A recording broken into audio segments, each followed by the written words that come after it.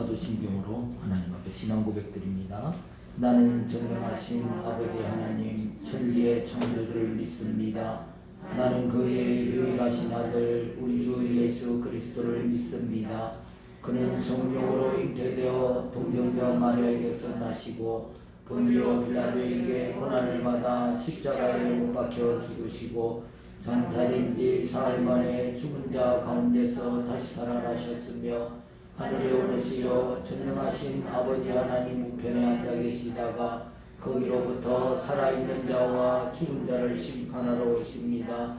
나는 성령을 믿으며 거룩한 공교회와 성도의 교제와 죄를 용서받는 것과 몸의 부활과 영생을 믿습니다. 아멘. 찬송가 324장 찬송하면서 하나님 앞에 준비한 예물을 올려드립니다. 324장 어디든지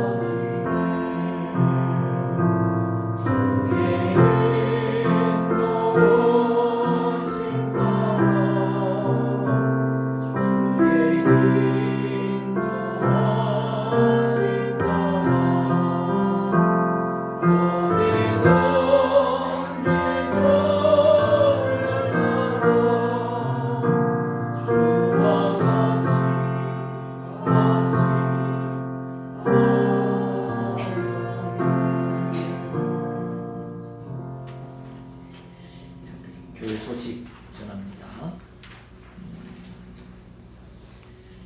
2021년에는 우리가 믿음 생활 카드로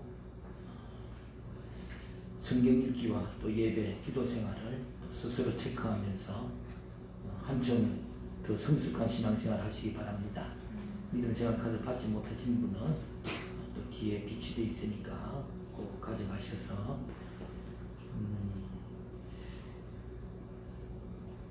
이게 뭐 우리가 코로나 시대에 예배 참여하기가 또 어렵고 그런 가운데 이제 개인 신앙생활을 잘 관리해야 되는 그런 참 시대가 되었습니다. 그러니까 믿음 생활 카드로 자기 스스로 자기 신앙생활을 잘 돌아보면서 매일매일 점검하면서 그렇게 신앙생활에 정진할 수 있는 우리가 되길 바랍니다. 또 수요일하고 주일 예배는 교회 밴드에서 실시간 함께 예배드릴 수 있습니다. 영상으로 함께 예배드릴 수 있는데요. 이렇게 추운데도 아침에 일찍 일어나서 예배 드리러 오시는 분이 있는가 하면 뭐 여러 가지 이유 때문에 또 코로나 때문에 뭐 직장에서 사실은 또 가지 못하게 하는 분들도 계시고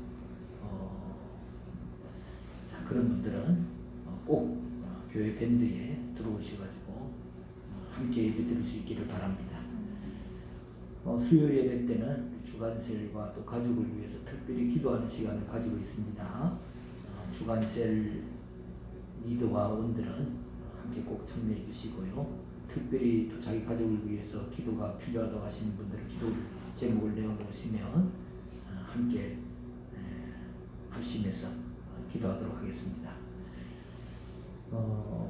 우리 전 성도가 한 가정을 위해서 또 그 사람을 위해서 함께 합심해서 기도하는 것은 큰 능력이 있는 줄 믿습니다. 하나님, 여러분 우리가 불을 떼을 때도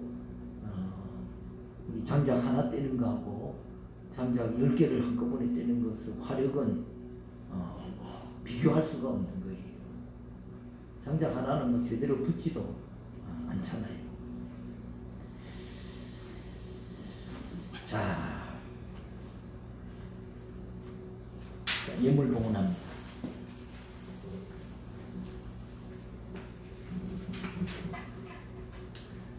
할렐루야. 감사하신 하나님, 또 성도들의 가정마다 축복하여 주시옵소서. 할렐루야. 주님께서 은혜로 부어주셔서 또 주일 성수 잘 할 수 있도록 주님 기쁘시게 하는 제가 되게 하여 주시옵소서. 할렐루야. 나의 하나님 그리스도 예수 안에서 영광 가운데 그 풍성한 대로 내 모든 쓸 것을 채워주시리라. 이 말씀대로 또 살아갈 수 있도록 성령님 도와주시옵소서. 살아계신 하나님 몸과 마음과 정성을 다해 예배를 드려 하나님을 기쁘시게 해드리는 제가 되게 하여 주시옵소서. 또 2021년 새해 두 번째 주일을 맞아 감사 기도 드리게 됨을 하나님께 영광 올려드립니다. 전능하신 하나님 늘 변함없으신 은혜로 차고 넘치게 채워주심을 감사드립니다. 또 좋으신 하나님 코로나 질병 가운데서도 저와 학원 학생들을 또 눈동자같이 지켜보고 해주심을 감사드립니다. 또 능치 못함이 없으신 하나님께서 모든 것도 만사 형통하게 하심을 뜨거운 마음으로 감사드립니다. 할렐루야. 범사에 감사합니다. 말씀과 성령으로 행복한 또 우리 성도들 되게 하여 주시옵소서. 할렐루야. 하나님 감사합니다. 늘 우리를 참 사랑하시고 또 축복하기를 원하시는 하나님 아버지, 오늘도 주님 앞에 나와서 이렇게 예배 드릴 수 있도록 인도해 주신 것 감사합니다. 또 이렇게 하나님 앞에 예물을 드려 감사를 표합니다. 감사하는 그 마음을 하나님 헤아려 주시옵시고 마중물이 되어서 더 큰 감사로 하나님께 나올 수 있도록 인도하여 주시옵소서.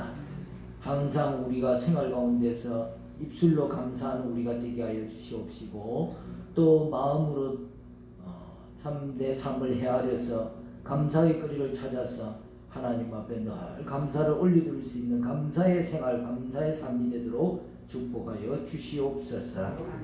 또 이렇게 교회에 여러 가지로 하나님 수고하는 손길들이 있습니다. 하나님께서 기억하여 주시옵시고 영육간에 강건하게 하여 주시옵시고 하나님의 위로가 넘치도록 축복하여 주시옵소서. 11조와 건축과 성교와 추정으로 작정하여 드린 예물이 있습니다. 하나님께서 또 1년 동안 작정한 그 마음을 하나님 기뻐 받으시옵시고 정말 하나님 앞에 꾸준하게 또 헌금 생활할 수 있도록 생활의 여유와 또 마음의 여유와 삶의 형편을 하나님께서 헤아려 주시옵소서.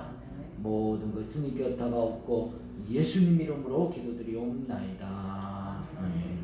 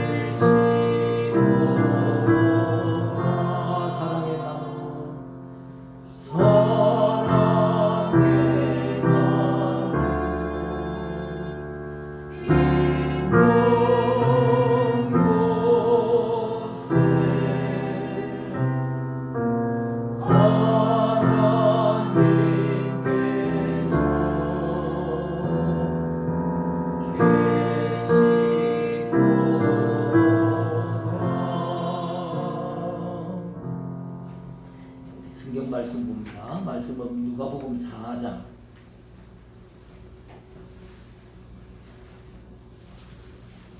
1절에서 4절 말씀입니다.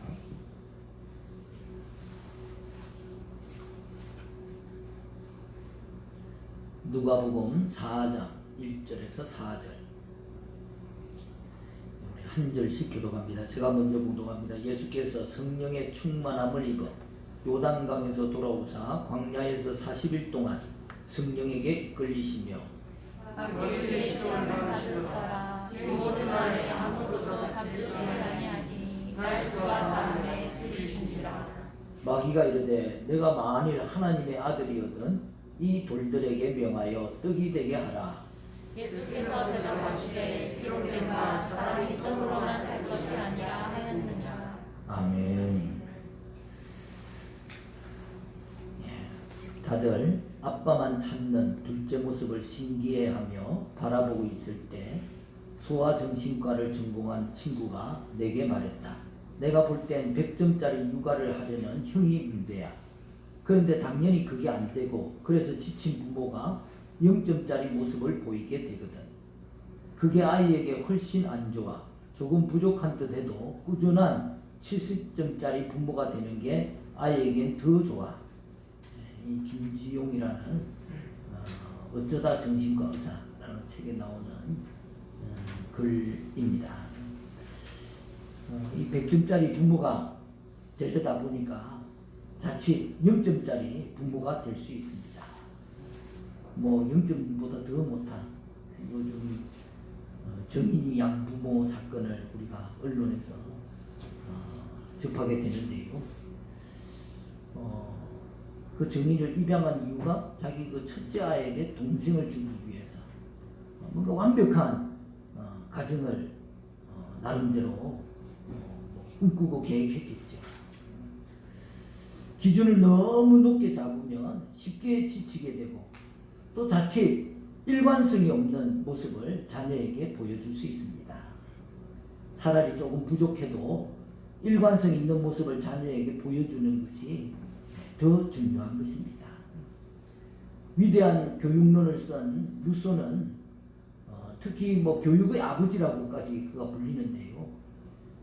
그는 아동 교육을 굉장히 강조한 사람입니다. 그런데 자기 5 자식은 제대로 키우지 못했어요. 결국 나중에 그 아이들 다 고아원에 보내게 되는데요. 참 우리가 어떤 부모가 되는 것이 좋겠습니까? 또 우리의 자녀들은 장차 어떤 부모가 되기를 원하십니까? 조금 부족해도 꾸준한 70점짜리 부모가 되는 것이 부모에게도 좋고 자녀에게도 좋다는 것을 얘기하고 있습니다. 오늘 누가복음은 이방인을 위한 복음서입니다. 유대인들은 100점짜리 신앙을 원했어요. 그래서 완벽한 복음을 추구했습니다. 철저하게 정말 안식일 날은 죽어가는 짐승도 그냥 살펴보고 야 이게 내일까지 괜찮겠다 싶으면 그 짐승을 구하면 안 되는 거예요. 구하면 일이 되는 것입니다. 그 얼마나 철저하게 안식일을 지키려고 했는지 몰라요. 요즘도 유대인들이 보면은 예를 들어서 자기 이렇게 엘리베이터 벨을 누르는 것이 일이 되잖아요. 그러니까 다른 사람이 누를 때까지 그 앞에서 기다리고 있다가 다른 사람이 누르고 들어가면 따라 들어가요. 철저한 유대인들은 그렇게 생각해요. 금요일날 형광등을 켜놨으면 낮인데도 형광등을 안 끕니다. 왜? 끄면 일이 돼. 이 완벽한 100점짜리 복음을 추구했죠. 그런 복음이 하나님과의 관계를 좋게 하기보다는 오히려 자신들을 외식과 불신앙으로 미끄러지게 만들었습니다.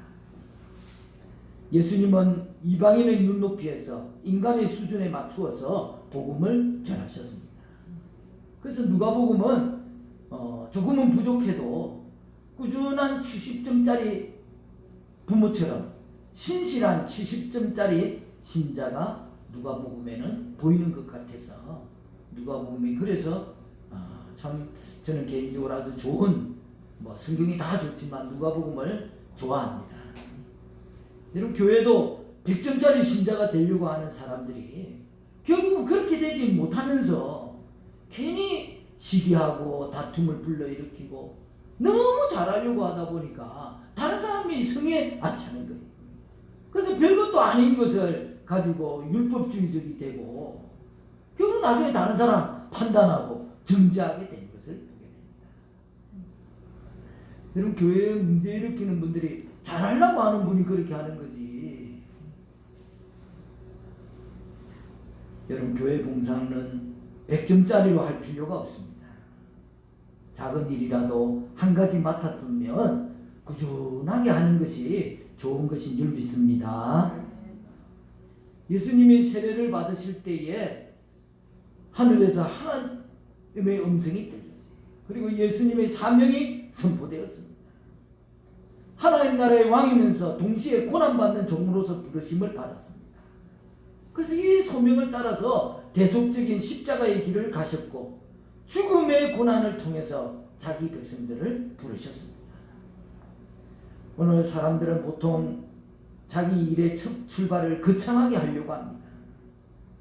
예전에 지역의 어느 국회의원이 선거철이 되니까 선거사무소를 개소를 하고 지역 유권자들 또 기자들을 불러놓고 출사표를 거창하게 던지는 것을 본 적이 있습니다. 대통령은 취임식 하면은 광장에다가 수천 명 수만 명을 모아놓고 거창하게 취임식을 치릅니다. 오늘 인류 구원의 대사명을 받은 예수님은 첫 출발을 참 아이러니하게도 광야에서부터 시작하셨습니다. 여러분 성령께서 인도하시는 대로 갔은 예수님의 첫 사역지는 춥고 배고프고 외로운 광야였습니다. 광야는 하나님의 도움 없이는 살 수 없음을 확인하는 장소입니다. 우리 마산이 지금 영하 13도 떨어졌다고 사람들이 전에 없이 오늘 우리가 막 있는 걸 다 끄집어내가지고 지금 난로를 트는데도 이게 조금 높다 보니까 춥죠? 죄송합니다. 그런데 광야는 영하 40도예요. 여러분 영하 40도는 우리 캐나다 선교사님이 자기가 영하 30도라고 하면서 그 동영상 하나 보내주셨는데요. 물을 이렇게 떠가지고 뿌리니까 공중에서 얼어버리대요. 얼어서 떨어지대요. 그게 물이 거의 기화가 돼버리는 그런 정도가 되는데 광야는 영하 40도를 오르락내리락. 또 낮에는 영상 3, 40도를 올라. 광야는 하나님의 도움 없이는 살 수 없음을 확인하는 장소입니다. 성령께서 뻔히 예수님이 광야에서 당할 그 고통과 또 어려움을 알면서도 그 첫 사역지를 광야로 인도한 것은 앞으로 예수님이 철저하게 하나님을 신뢰하고 또 하나님 말씀에 순종함으로 자기 사역을 감당해야 한다 하는 것을 잘 나타내주는 그런 시작이 되는 것이죠. 그리고 그 첫 사역지에서 예수님이 하신 첫 사역, 그것은 바로 굶는 것이었습니다. 금식 사역을 맨 먼저 한 것입니다. 여러분, 금식 기도는 그것이 뭐 며칠이 되었든 간에 곡기를 끊음으로 생명을 걸고 하나님께 기도한다는 상징적인 의미가 그 속에 담겨 있습니다. 예전에 한 선배 목사님이, 그 목사님은 어려운 일이 있을 때마다 참 금식 기도를 통해서 응답을 받고 문제 해결을 받으셨는데요. 그분이 저에게, 야, 이 목사, 다른 건 다 해도 금식 목회만은 하지 말게. 너무 힘들다고 그렇게 권면을 해주신 적이 있습니다. 저도 이제 대학원 다닐 때 공부하면서 또 생활을 다 하면서 뭐 따로 이렇게 기도원 갈 시간이 없어가지고 8일 동안 금식 기도를 해본 적이 있는데요. 사실 저는 한 끼만 굶어도 그 배고픔을 잘 못 참는 사람이에요. 하늘이 노래지는 그런 사람인데 8일 동안 생활을 하면서 참 굶으려고 하니까 너무 힘들었던 경험이 있습니다. 여러분, 물론 금식을 통해서 하나님께 더 가까이 나갈 수도 있겠지만은 특별히 금식을 안 해도 평소에 하나님과 친밀하고 평소에 기도 응답이 더 잘 되는 것이 더 큰 복인 줄 믿습니다. 사람하고 이 인간관계에서 제일 중요한 게 대화잖아요. 대화가 단절되면 인간관계가 어렵게 되는 것입니다. 부부간에도 가족간에도 대화가 안 되면 다른 것을 많이 갖추고 있다 해도 행복한 가정을 이루기가 쉽지 않을 것입니다. 사회도 소통이 제일 큰 이슈잖아요. 소통이 안 되면 계속 갈등이 그 사이에 정착되는 것을 보게 됩니다. 가정도 사회도 대화가 안 되는 것이 큰 어려움 중에 하나인 것입니다. 여러분, 기도는 하나님과의 대화인 줄 믿습니다. 하나님하고 대화가 안 되면 신앙생활에 재미가 없는 거예요. 힘이 나지 않습니다. 아무리 신자가 다른 게 잘 돼도 하나님하고 대화가 안 된다, 기도가 안 된다, 그러면 신앙생활에 능력이 나타나지 않습니다. 여러분, 가정의 기본적인 가장 신앙의 필수 요소가 기도임에도 불구하고 기도가 잘 안 되는 그런 신앙인이 많습니다. 여러분, 기도가 안 된다고 해서 방치하거나 포기해 둘 것이 아닙니다. 대화가 안 된다고 그대로 둔다면은 결국은 그게 나중에 골마 터져가지고 수습할 수 없게 되는 것이죠. 마찬가지로 기도하지 않으면 우리가 하나님 자녀로 누릴 수 있는 은혜와 인도와 보호하심을 놓치게 되는 것입니다. 여러분, 다른 것은 몰라도 기도만큼은 노력해서라도 기도가 잘 될 수 있도록 해야 할 줄로 믿습니다. 왜 그렇습니까? 모든 것이 구하는 데서 나오기 때문에 그렇습니다. 기도하는 자에게 주시기 때문에 그렇습니다. 여러분, 하나님은 우리의 기도를 분명히 듣는 분이시고 또 듣고 그냥 계시는 분이 아니라 응답하시는 분인 줄 믿습니다. 기도하는 자에게 응답하시는 거예요. 여러분, 신앙은 그렇게 복잡하고 어려운 게 아닙니다. 기도하면 분명히 응답이 있는 줄 믿습니다. 그런데 우리가 이렇게 기도가 중요한 줄 알면서도 그리스도인들 중에 가만히 보면 진짜 기도를 안 하는 것입니다. 여러분은 어떻습니까? 야, 나는 나름대로 그래도 기도 생활 잘하고 있습니다. 기도가 잘 되고 있습니다. 그렇게 생각되어지십니까? 여러분, 2021년에는 정말 게으름을 딛고 우선순위를 잘 정해서 기도부터 회복하시기를 간절히 바랍니다. 예수님은 지금 생명을 걸고 자신의 사역의 첫 단추를 광야에서 금식하면서 시작하셨습니다. 그런데 마귀는 이 예수님 40일 금식을 통해서 하나님을 절대적으로 신뢰하고 순종하는 시험에 무사 통과하는 것을 그냥 보고 있을 마귀가 절대 아니잖아요. 여러분, 마귀는 하나님 자녀들이 잘 되는 꼴을 절대 그냥 보고 있는 자가 아닙니다. 이렇게 저렇게 시험하고 넘어뜨리려고 하는 거죠.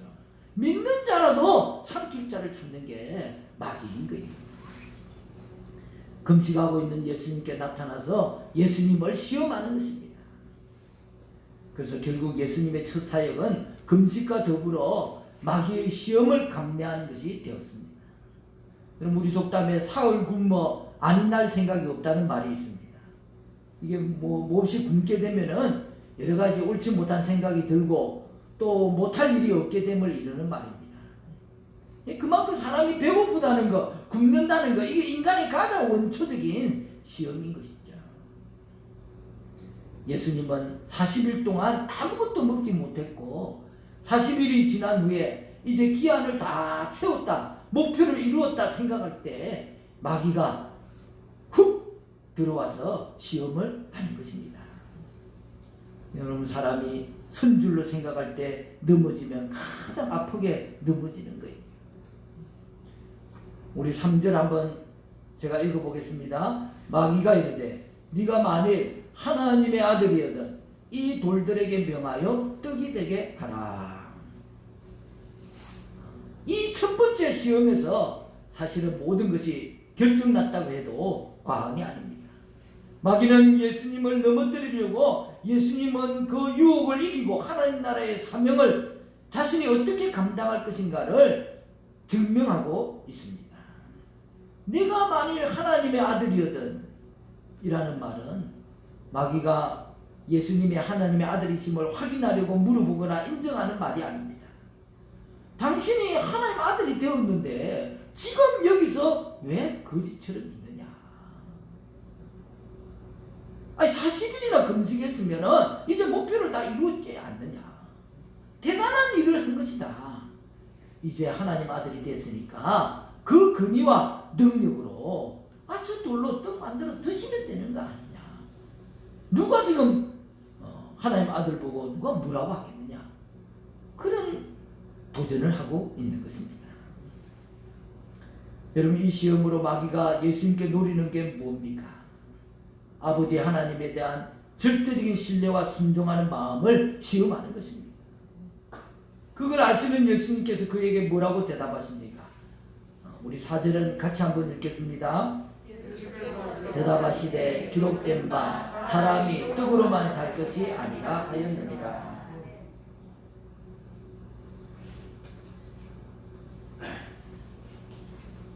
여러분, 여기서 기록된 바라는 말은 이거는 내 말이나 내 생각이 아니다.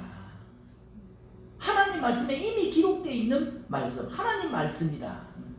그 말씀의 절대적인 근위를 인정하는 표현의 말씀이죠.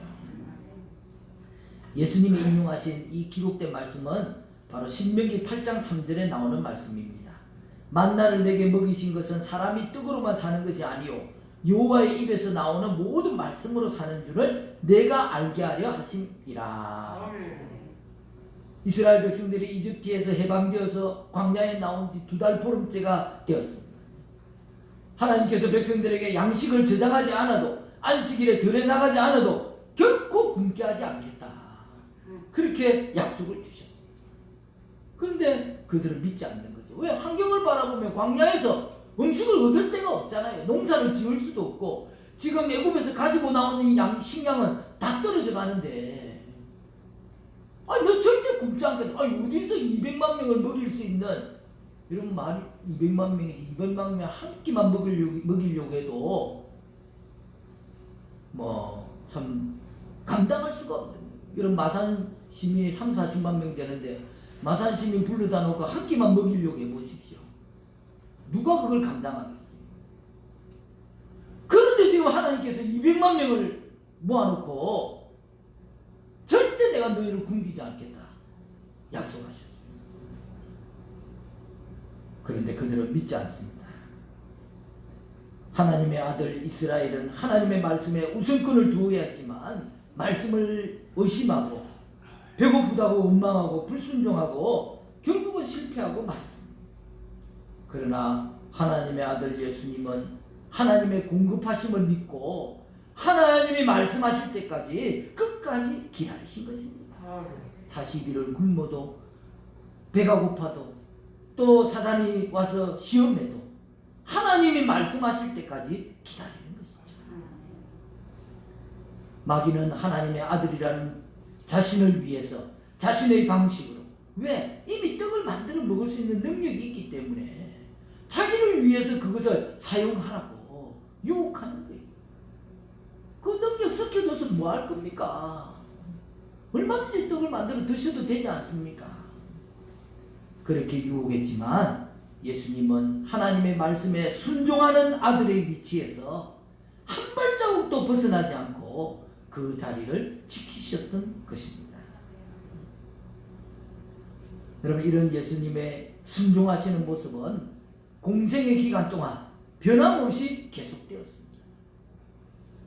그리고 마지막 십자가를 지기까지 내 뜻대로 마옵시고 아버지 뜻대로 하옵소서. 죽기까지 말씀을 이루기 위해서 순종하시고 십자가를 지셨잖아요. 떡 때문에 또 먹고 사는 것이 인간에게 너무 중요한 것이지만 그게 중요하지 않다는 얘기가 아닙니다. 그러나 나는 말씀에 순종하겠다. 하나님 말씀을 기다리겠다. 그것이 나의 길이고 나의 일이다.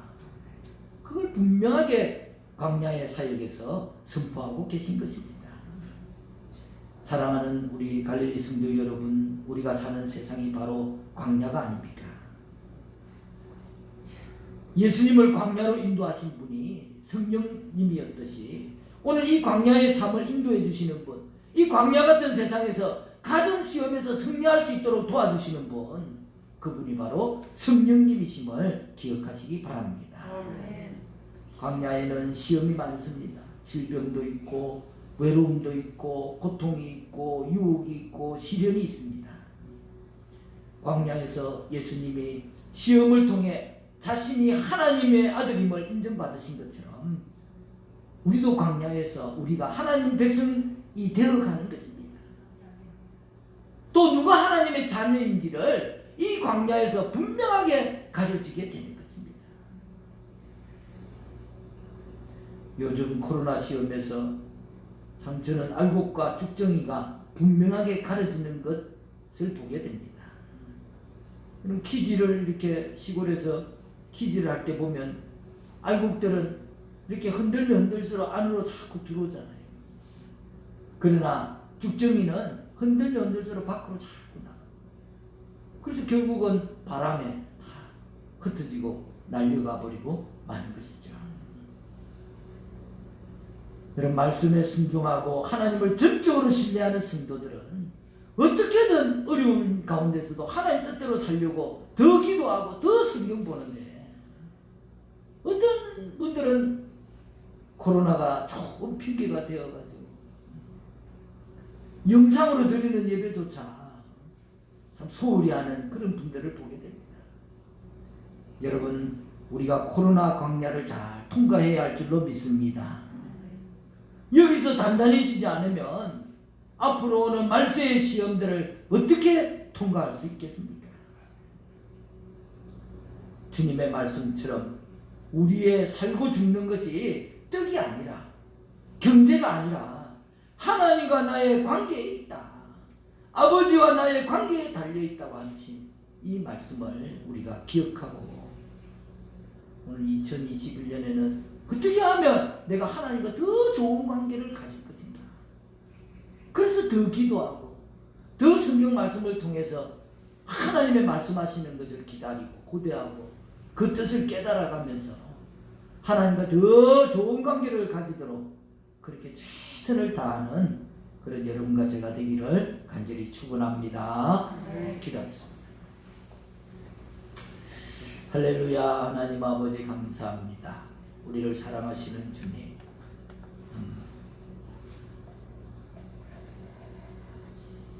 예수님을 광야로 인도하신 성령님께서 오늘 우리도 인도하고 계신 줄 믿습니다. 우리에게 있는 어떤 시험은 내가 그것을 통해서 하나님의 자녀임을 하나님께 인정받고 또 하나님 자녀임을 증명하는 그런 기회가 되는 줄 믿습니다. 오늘 예수님의 첫 시작이 광야였고 첫 사역이 금식이었습니다. 정말 오늘 광야 같은 이 삶 속에서 하나님 앞에 하나님과 더 좋은 관계를 가지기 위해서 오히려 더 어려울 때마다 더 기도하고 더 말씀 보고 그렇게 하나님 앞에 한 걸음씩 더 나아갈 수 있는 그런 우리가 되게 하여 주시옵소서. 올해 안에 참 코로나로 더 힘들고 어렵다고 이곳저곳에서 그렇게 많은 사람들이 이야기를 합니다. 이럴 때 우리는 이 시기를 통해 나의 믿음을 더 훈련하고 단단하게 만드는 그런 시간들이 될 수 있도록 하나님께서 인도하여 주시기를 간절히 소원합니다. 예수님 이름으로 기도드리옵나이다. 아멘.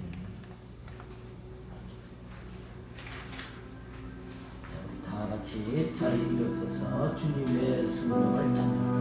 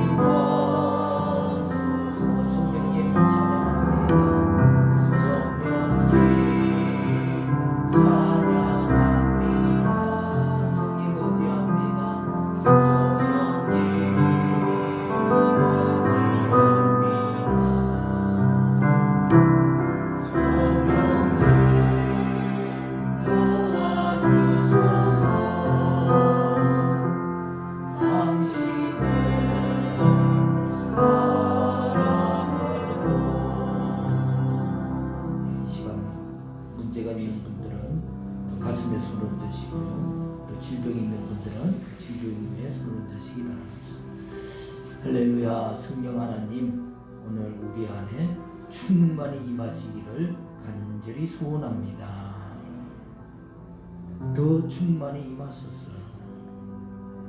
더 충만히 임하소서.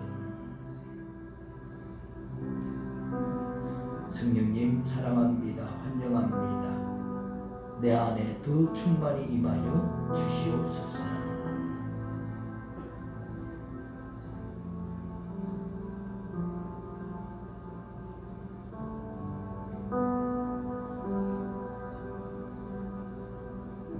우리의 문제를 해결해 주시고 또 손을 얹은 곳마다 하나님께서 치료하여 주시옵소서.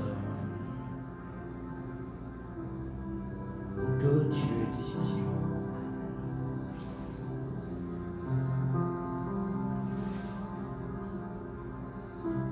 성령님 더 충만히 임하소서.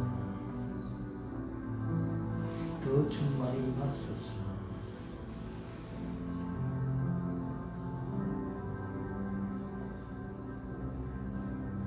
예수님 이름으로 기도드리옵나이다.